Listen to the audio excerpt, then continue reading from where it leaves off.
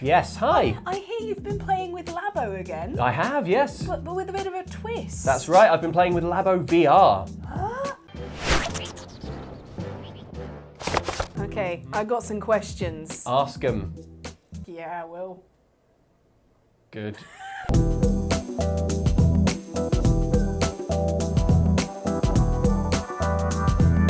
Okay, so first up, Yep. is the VR good? That is an excellent question because you might not assume that it would be because the whole thing is obviously built out of cardboard. Cardboard, yeah. Google made something called Google Cardboard, which was like a little. Good name. Yep. Yep. Which was a little thing you could like fold up out of a piece of corrugated cardboard. Yeah. You could slide your phone in the end. Yeah. And it was like the cheapest way to like get a Yeah. very vague VR experience. And in principle, it's a little bit like that because it is a cardboard face mask that you assemble.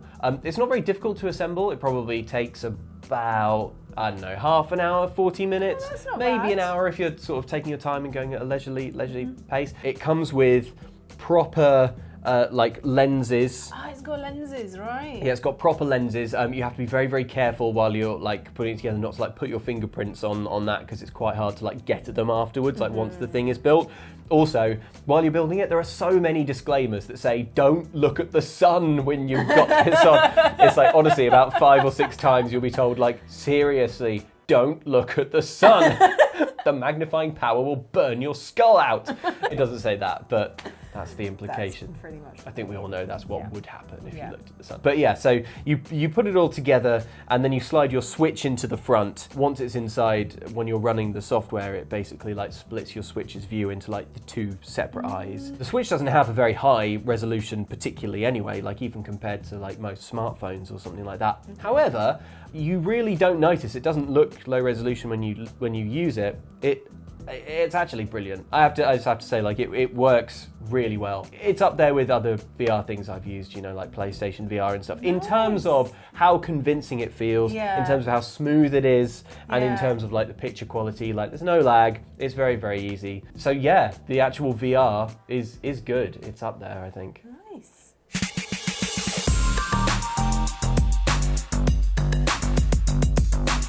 Okay, so next up, how do you control it? Okay. Like, do you hold it like that with the Yes. buttons? Or Yes. What? You do. Yeah, you're laughing, but yeah, you do for a lot of the time. So there's like a cardboard safety thing that you can build when you're not using the Joy-Cons that stops the Switch from like sliding out. The thing. When it's building, it's like build the safety thing. It's stopped. It's the safety for your Switch. Yeah, not for Not you. for you. All you have to worry about is not looking at the sun, for God's sake. The actual headset, it doesn't attach to your head. No. You kind of have to like hold it there. Right. Yeah, and then you just like kind of use it like this, and genuinely that's kind of how it works. At first it feels weird not having the thing like actually attached to your head. Strapped around, yeah. I'm so used to having like something there and then something all the there, way you know, around. like something you tighten up here and Yeah. stuff. There's none of that. Part of that, I was told, is that it means that the age rating for the game is lower than almost any VR thing you can do. Just step away for a second. Exactly, yeah, that's exactly it. It's that thing of being able to be like, oh, I don't like it, it's uncomfortable, just take it off, you know, rather than being like, I'm trapped in the machine, you can't loosen the thing. But it does mean that the way you use it is by holding it up to your face. It's like going snorkeling with a snorkel that doesn't have a bit of elastic. So you're kind of like, sort of like swim around like that. All that said, that actually works quite a lot better than I thought it would. Also, there are no, I mean, you could put on like headphones, but there's no like built-in sound or speakers or anything like that. And there are all these things that you'd think would be really, really immersion breaking. But actually, I quite enjoyed it. A lot of the time when I play like PSVR, I don't bother with the headphones because it's just like an extra bit of faff and it's kind of fine if the sound's coming out of the TV. You still basically get it. Like the fun isn't in like the sort of like total immersion. It's just in the fact that you're like controlling a game by with your like, head. Yeah, and that you can like look around things and like look at things from underneath and above and things like that. So you can play it on a plane then. I think you could, yeah. The person next to you might hate their elbow. Yeah, your yeah, elbow exactly. in their face. Yeah, yeah. And not if you're the pilot. Yeah. Yeah.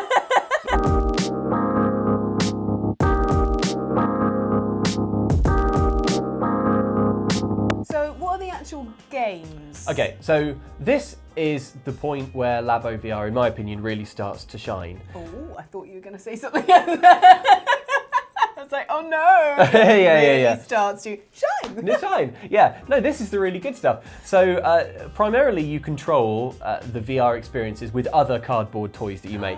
Toy-cons, as Nintendo continues to insist they be called. And those are just so weird that I can't help but love them. One thing you can build is called the wind pedal. It's like a little pedal, you pedal your foot on it, and what it does is like flap wind in your face. But like you put a Joy-Con in it, so like it knows how the flapping is happening. And it means that when you go into the VR, you can do something like play a game where you're a little frog, and when you go, whoo, like on the gust of wind produced, the frog is like, whoa! And that's kind of what you're seeing in VR. The wind rush is kind of cosmetic. The mechanical stuff is all in the stomping. There's this one that is this like origami cardboard swan, and when you hold it up, you slot the visor inside the bird like you're making a turducken, and then you place your head inside that, like you're peering into a Sunday roast. And with your hands, you Monica well, you don't. Friends. Yeah. And then the sunglasses gone. Yeah. And then with your hands, you like flap the wings. And like the main game that you play with that is one where you just kind of like fly around pretending that you're like a bird flying around, and you fly and you meet other birds and you help them. And it reminds me a lot, that one, of like Pilot Wings, or maybe even something like Wii Sports Resort or something. It's like this really chill, like pleasant island, and you just fly around and it's really relaxing. And you meet other birds and you're like, I'm one of the birds as well. Tweet. There's this one that looks like an elephant face with like a long elephant trunk, but it's nothing to do with elephants. What it actually is the most sophisticated VR controller that you can get for the money. Easily, I think, because it's got a joint in it midway down the trunk. Right, yeah. The Joy-Cons are stuck in there. Go into the two joints. And there's elastic bands and stuff, and then basically it becomes this tool that you use the VR with. Do you remember that like HTC Vive demo where you're like painting, you like paint in 3D space? Oh yeah. So you can do that kind of thing with it, and it's like a creative sort of tool. And then you've got a blaster, which is, I guess, a bit more like traditional. It's like a sort of pump action shotgun thing. Ooh. Yeah, it's got like a really satisfying, like you put the Joy-Con in there and it's like, it's on an elastic band. It feels really good, even though it's cardboard, and a trigger on the back, so like, you can play this game where you like shoot a bunch of aliens. Which is sort of, it's probably the most straightforward of all the games, in that it's a blaster, you shoot aliens. What you're more likely to want to play is the game where you have to feed a bunch of hippos.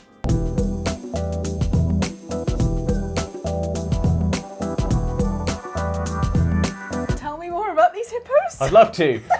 The hippos are the thing when I was playing that really stood out as like, man, these hippos are cute. Like they're so sweet. Like it's just one of the games that you can play with the blaster. You use the blaster to suck in fruit, and then you have to fire it at the hippos that are going to most appreciate it. Yeah, like that. And yeah, it's like hungry hippos, but the hippos are real lazy, and they're not prepared to like go out of their way to get the food. You have to like hungry hippos where they're like that. It's you have to go in the middle and like flick it. Yeah, you have to like push the food in. It's like if all the hippos did was go like. There are trick shots you can do, like where you sort of ricochet the fruit into a tree that shakes down some other fruit and stuff. And then loads of them can eat at once. Exactly, and then that's a points bonanza. But the reason that I mention bonanza, more like, because it's like banana. But bonanza. Sure, I'll allow it.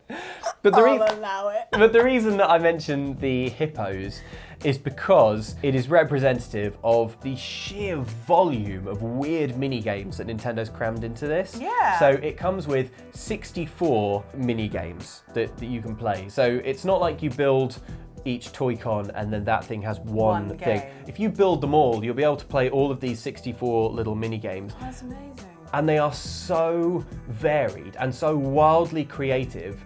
And this is the thing that I really think Nintendo is good at, is just finding very, very creative uses for hardware that you would not in a million years have thought of. One of the toy cons that we haven't mentioned yet is a little like spinning water spout that you blow on to spin it. All right. Yeah, it's like a little water wheel. like Yeah, a you water blow on wheel it and it goes type like. thing. And it's got a bunch of reflector strips on each Yeah. one of the things, and a Joy-Con that's facing down with this little infrared sensor. And so when So the little white strips go past and it sees how fast it's so going. it can tell how That fast is it's spinning. Genius. Yeah, and again, you like stick this onto the visor, and you can play this game where you like have to blow to fire a gun and like take out as many targets as you can. It's got like 3D. Brick Breaker is one of the things. It's that thing where just the sheer variety of these little mini games is quite overwhelming, and I really, really would like to just sit down with all of the bits of cardboard, all the toy cons, and just play them all in sequence. I thought you'd do it and then just roll around. And then just roll around. Yeah. King of the cardboard, they'll call me. I'll only meet people with the elephant face.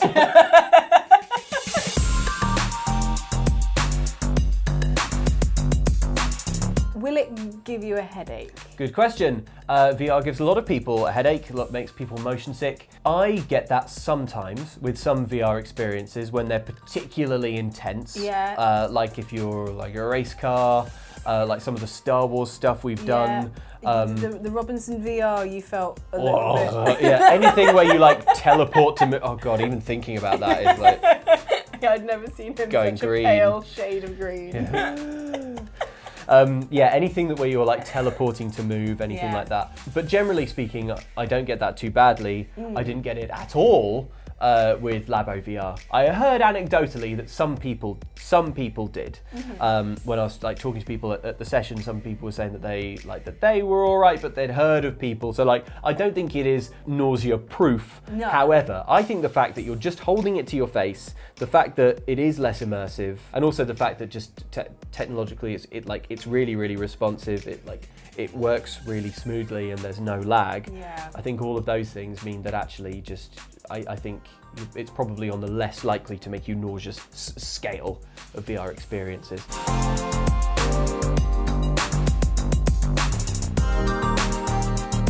Okay, so you're saying about how excited you are to play all the games. How quickly do you think you'll get bored of it? Probably fast. So here's the thing, like one of the fair criticisms that was leveled at like the first sort of amount of Labo is that like you build the thing once and it's kind of fun, but then like there's not a whole load of incentive to keep playing with the stuff once you've built it. And I think that's going to be broadly true here. What I would say though is like you're not going to get maybe more than a day's worth out of like playing with each Toy-Con, but it's going to be a good day. Yeah. You know? So I guess it becomes a question of like, am I willing to pay this much for a really good day of like playing with some video game stuff that is going to be unlike anything I've ever played with, but then like probably will go in the cupboard and not come out again. On the one hand, most people probably it's still going to be that Labo thing of like it's a novelty and like you get bored. Make it. This is really fun, and then sit in the cupboard. However, for those who persist, do you remember how Labo had this thing called the garage? Yeah, and you could like make your own stuff in it, Yeah, basically. it had a sort of, I was going to say a primitive programming language, but it's not that primitive. Like you could do some really, really, really complicated things to make your own. All like charts and graphs and stuff, and Yeah. you could change little minor details. It was amazing. It's really intense, and if you get into it, there's an awful lot of stuff you can do. I was floored to find that they have basically done all of that again, but for the VR stuff. And you look at this like programming language and the things you can do with it and like dropping things in to what then becomes like a virtual world that you can look around. I think there's so much for the few people who do stick with it, probably kids. It really, really has become quite a sophisticated programming language within Labo. And actually like this started as being about like putting together the cardboard, and the cardboard was the thing.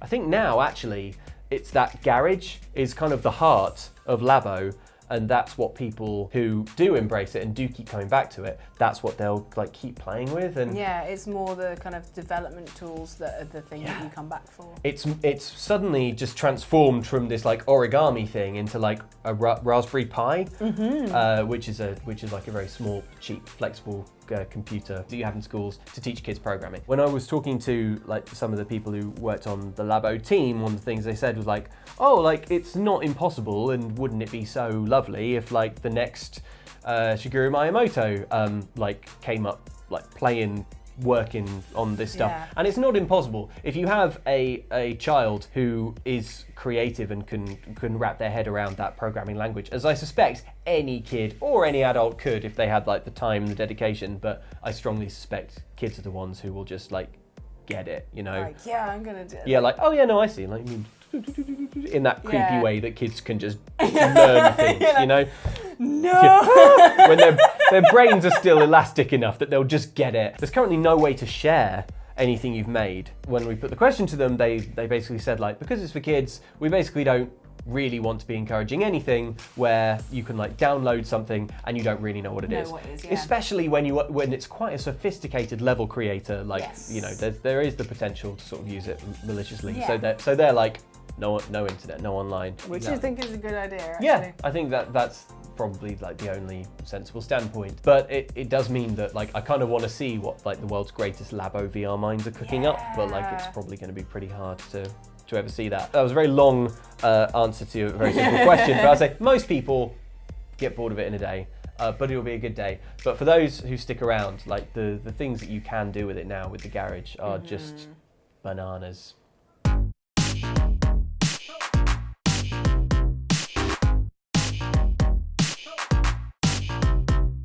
Finally, we've talked about how long people will play it, but Yeah. will anyone actually buy it in the first place?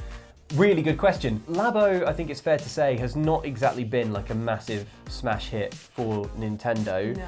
Like, I think actual sales figures have not been sky high, and if you didn't get on board to begin with, I wonder if you would be persuaded to get on board just for the VR element. Maybe. I think I'd be more interested to see how I could play a VR game with my handheld console, as opposed to building a piano, as cool as that is. Yes. Like, I think that there's more kind of like, oh, I know what VR is, than here, make a house out of cardboard and then you can push a button on the side. What do I know? But I just have this sort of like gut feeling that maybe the first round of Labo was like parents buying it for kids and being like, hey, I think you'll like this, let's put it together. But because now it's got that VR element, I wonder if maybe when kids see it, they will be like, I would like to try this. Like, buy this for me. Buy. We want to go to Mount Splashmore. Take me now. now. If it's something that like kids see and that they want to try, it might have that like pester power thing where it sells a little bit better. Ultimately, I mean, I don't know, I wouldn't put money on it being a great seller, but I genuinely think it's good. And, you know, I have no financial stake in Nintendo, so from my point of view, like as a consumer, I'm perfectly happy for Labo to continue to be like broadly unpopular but good. But because, yeah, it is good. It's good. Like the stuff that we've played has been really impressive. It is good. It's I think with VR it's a little bit of a wider audience. Like in terms of there might be, I think adults are more likely to be like, oh, I'll try VR. Yeah. As opposed to, like, as I said, build a piano. So there's that going for it with the VR side of things. But yeah, the Labo is just, it's really clever. I remember when we went to first try it and there were these amazing people who'd like created their own things in it, in the garage stuff, and they were explaining it and we were just like, what? Yeah, and actually like amazing. That's the impression that I came away with, like having played with it for a couple of hours, was that there are a lot of moments that have that sort of classic Nintendo like why is the hippo and the frog in the, but I love it. Like like I never would have thought of this, but it's but it's wild. It's very, very creative, and I think potentially it could enable people playing it to be very creative as well if they do latch onto that garage stuff. So there you go. Yeah, that is all I have to say on the subject. I'm gonna go and find some hippos and throw We've got to them. play that hippo game. Yeah. It's just it's non-stop hippos, and then we have to learn the programming language well enough to make it so that like we can spawn a room of hippos and just spawn a VR bath of hippos and just get into the bath with them and like just sink below the surface and just Just be a hippo. I was told that those 64 games that come on can all be imported into the garage like as templates, so you should be able to like go in and like meddle with and tinker with the existing games. A little side note. But there you go. That's all I have to impart on Labo VR. Thank you for telling me. You're very welcome. Do you think, viewer, that we're being filmed? I didn't even notice. We were just having a natural conversation. Just a chat here between friends, having chatting about Nintendo games. Natural convo, and what's this? You guys are watching. Oh boy! Thank you for watching. If you enjoyed this, why not like and subscribe? Let us know in the comments if you are keen on Labo VR. If you've given up on Labo completely, where are you at with it? Let us know, and we will see you next time. I'm in VR. Ellen's entered the virtual realm. We've lost her now. The most powerful VR of all. A child's imagination.